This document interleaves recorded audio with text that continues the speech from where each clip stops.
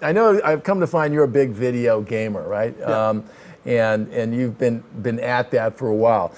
You guys have recently come up with your own video game, not your first foray into the video world. You had a big track in the Call of Duty, if I'm not mistaken, Yep. right? Talk about how that came about, and then I want you to talk about how you guys decided to do your own video game, which I reckon is just another extension of this whole thing that you guys have got going on. Yeah, well, the whole video game world thing actually happened between our manager's relationship with a guy named Steve Rennie over at EA. He's going to be on the show December 3rd, folks. There you go. So he was at EA at the time, and he was doing soundtracks for Madden and doing soundtracks for NHL, 03 at the time, or 02, whatever it was.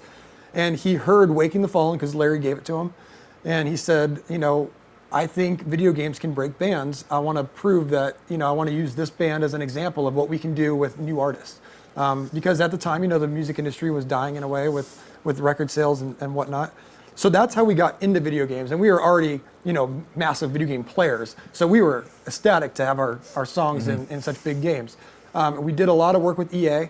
And then over time, we got acquainted with the guys at Treyarch and Activision. And we done stuff with Guitar Hero and this and that. We knew our fans played video games and that they enjoyed listening to Avenged Sevenfold in their games.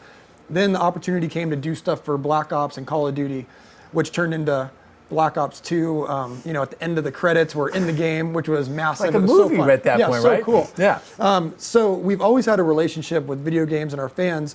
And one thing, we realized was that, when you're looking at reviews on websites, you can kind of click on people, see what they're into. And it was always, we're reviewing all these games, and I'm reviewing, Five Finger Death Punch and Avenged Sevenfold records.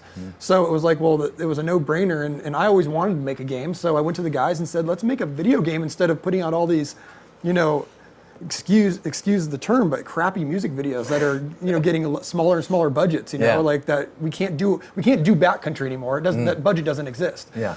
So we're kind of given a couple $1,000 going make a great video, and it doesn't happen. Yeah. So for us, we said, why don't we give them the experience of walking into our world that we've created through a video game? Perfect. Let's play a little clip of that right here for you folks. I can't doubt anybody watching isn't familiar with, but there'll be some of our fans on here that are feeling very rock right about now. Play it if you would, Code.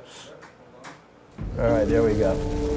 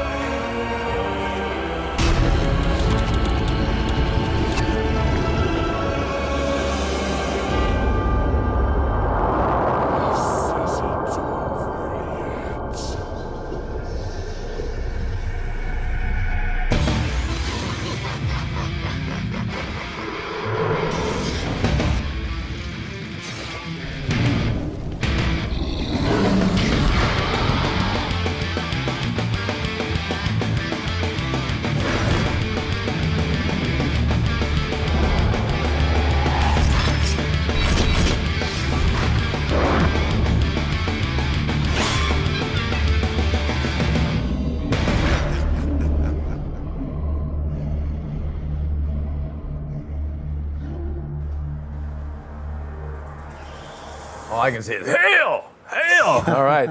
We had a question here. We were just talking while we were off mic here about how many fans are around the world for your band, right? And I can honestly say this will be the first gentleman writing in.